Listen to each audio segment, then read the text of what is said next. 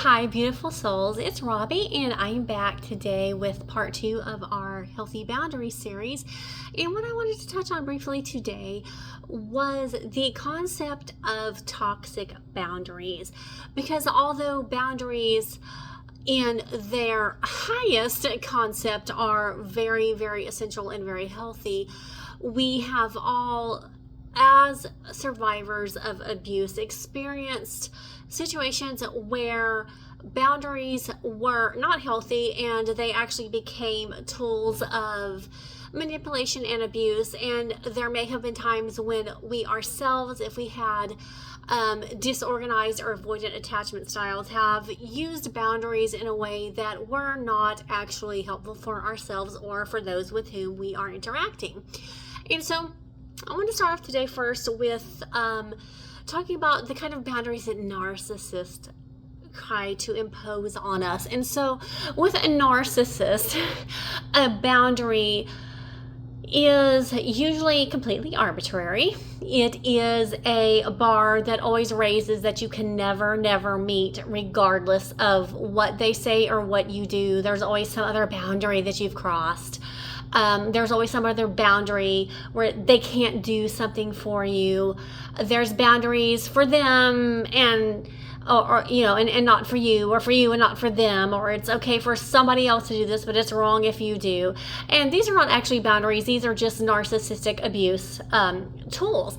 And so if you have been in a position to have to deal with this completely arbitrary, manipulative, abusive kind of boundary system with a narcissist, the best thing that you can do is to disengage from the situation, because you will honestly not ever be able to do anything that will meet the standards of the narcissist. If you could spend years and decades of your life jumping through hoops and trying to remember this boundary and that boundary, and then even if you are adhering perfectly to what they've outlined, it changes, and what was right yesterday is wrong now, and you've violated another boundary, and you're violating their boundaries if you ask them to engage in any kind of healthy adult discussion. And this doesn't necessarily mean it's not confined just to like partner relationships or family, parents. It could be employers, co-workers, friends. If you're dealing with a narcissist, the goalpost is always going to be moved, and you're never going to win. They designed the game this way, right? And so just be aware, they will do this to you. They will also try to override your very legitimate boundaries, right? So if you tell them, I'm not going to deal with this thing that you're doing, if they're verbally, physically abusive, at work, maybe they're cutting you out of information that you need to know to do your job for no reason, or you're in a romantic or partner relationship and there's constant infidelity of any sort, or emotional abuse. If you try to throw up a boundary saying, hey, I'm not going to deal with this, it's, well, you're unreasonable. You're just being that way. I didn't do anything wrong. What's wrong with you? You're just not right. And they do this because narcissists have to override your legitimate boundaries and able to control you. And they have to impose arbitrary, artificial, unattainable standards and boundaries for you in order to punish you and denigrate you and have a reason for why you are not ever good enough, so that they can ultimately discard you. There's no way to win with these people. You can't heal them. You can't be good enough.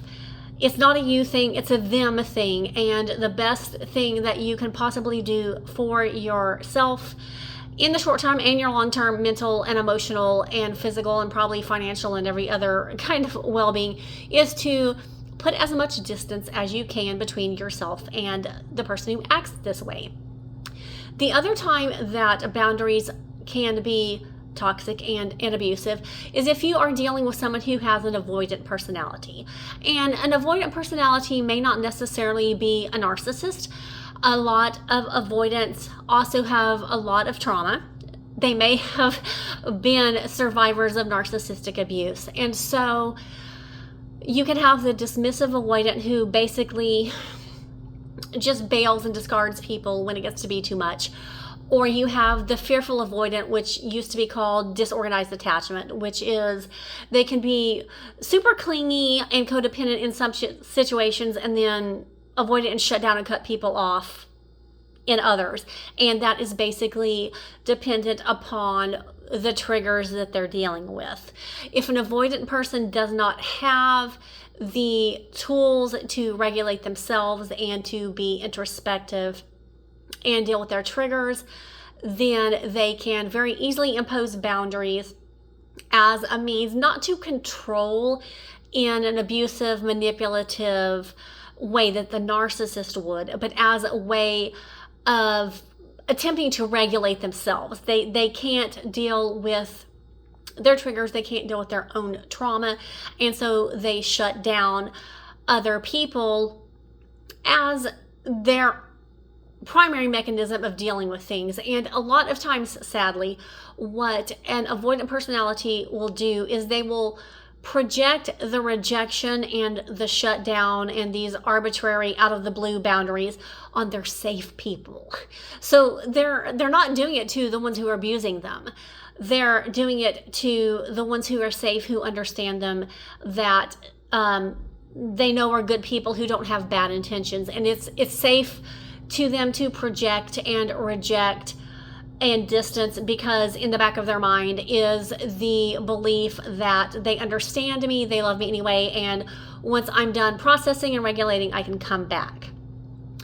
A lot of times people who have avoidant personality types tend to attach themselves to people who are more avoidant even than they are, or are involved in just very, very narcissistic abuse relationships. And so the narcissist will force on them, either real overtly or just covertly through threats, that they need to get rid of the good people in their lives, the ones who provide stability and logic and common sense, who are safe, because the narcissist needs to isolate everybody from their support system. So if you have found yourself being on the receiving end of rejection and shutdown and arbitrary out of the blue boundaries from an avoidant person, they obviously have their own trauma issues to deal with that very much predate you, and you're triggering them, and they may also be in a position where they're in some kind of narcissistic abuse arrangement of whatever type, and they feel that they have to get rid of you in order to please the narcissist and be safe and maintain whatever the situation is for them. Again, in this kind of thing, dealing with an avoidant person, even if they're not being vicious, is very traumatic and discouraging for the good person involved who only has loving intentions. And if you are an anxious avoidant type, or you have your own trauma, dealing with this kind of rejection and something that was fine last week is wrong now, and this horrible person can do something and then I do the same thing but it's wrong when I do, it's actually very trauma-inducing and very dysregulating for the good person. And so what you can experience if you're dealing with an avoidant is you can hit them up, hey, let's get together for a coffee because I haven't caught up with you, and they blow up, you're violating their boundaries, and then blah blah blah blah blah, and they cut you off, and I never want to talk to you again. And then a day later, you see them all over social media hitting up other friends, hey, we should get together for coffee, and you can't figure out, okay, why is me doing this such a horrendous boundary violation, but it's okay with these other people that you don't even really interact with. And for the most part, there is an underlying likely emotional connection that they have with you as their safe person that they don't have with their abusers, and what they don't have with these other more shallow relationships that's safe for them, because deep diving into any kind of authenticity or emotional intimacy, and that it doesn't necessarily have to be a romantic thing, it just can be anything that makes them feel vulnerable is very scary, right? And if they have a background of dealing with abuse trauma and drama and abuse and inconsistency and unhealthy paradigms actually feels more normal and natural to them than a healthy, safe interaction with a good person who actually has, their best interest in mind. So if you encounter that, it is in your best interest to go ahead and allow them their space. Give them their boundaries, whatever they've set, and step back. And maybe they'll take the steps to heal and become more regulated and have a normal attachment style. And if they don't, then move on for yourself. And if you know you have an anxious attachment style, or you tend to vacillate between being anxious or being avoidant yourself, take this time to step back and heal the parts of you that engage in this kind of dynamic, because it's not going to help you.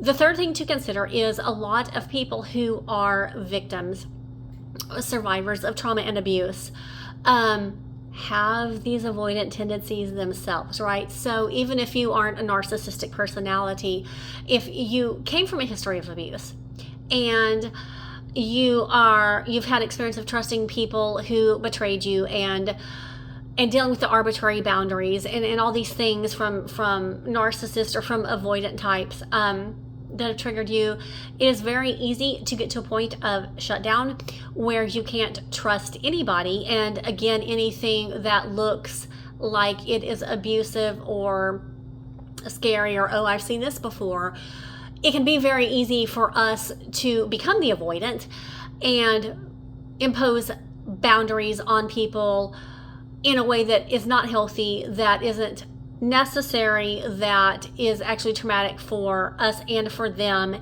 and that are not fair because they're not communicated. It's just a shutdown, and it may not be based on any legitimate thing that the person has done. So if you are aware that you have this tendency, and you do, even if you don't want to necessarily admit it to yourself, if you're shutting out good people, be very cautious and have the integrity and the introspection and emotional maturity to look at yourself and say, hey, am I imposing artificial, arbitrary boundaries on good people who are not harming me because I can't regulate myself and I'm projecting my issues onto safe people rather than dealing with my boundary issues with the ones who have abused me? This is super common. And part of the healing journey is having the emotional maturity and integrity within ourselves to take a step back and say, hey, I'm being toxic and I'm being an abuser to good people who don't deserve this, and I need to heal. I need to take the time to do this. I need to take ownership of what I've done to hurt good people who didn't deserve it, and I need to stop being this way. And the fact of the matter is, if you do have this kind of attachment style, you know that you have a tendency to do this, and if you are serious about moving forward in your healing journey, you need to admit this to yourself and take a step back to assess it and start taking steps to correct it, and also to mend the burnt bridges with the good people who you hurt, and to actively draw very hard boundaries with your abusers, because these are two completely different people, and one will be there for you unless you drive them away. The other will always be there to hurt you until you draw boundaries. So for your own emotional healing journey, and just for the sake of being a good person, assess yourself and see how and if you are functioning in an unhealthy boundary, a toxic boundary setting kind of paradigm. I will be back with you later with another part about what healthy boundaries actually do look like. So until then, I wish you well. Just keep pursuing your own development and your growth and your own healing, and I will catch you another time. Bye.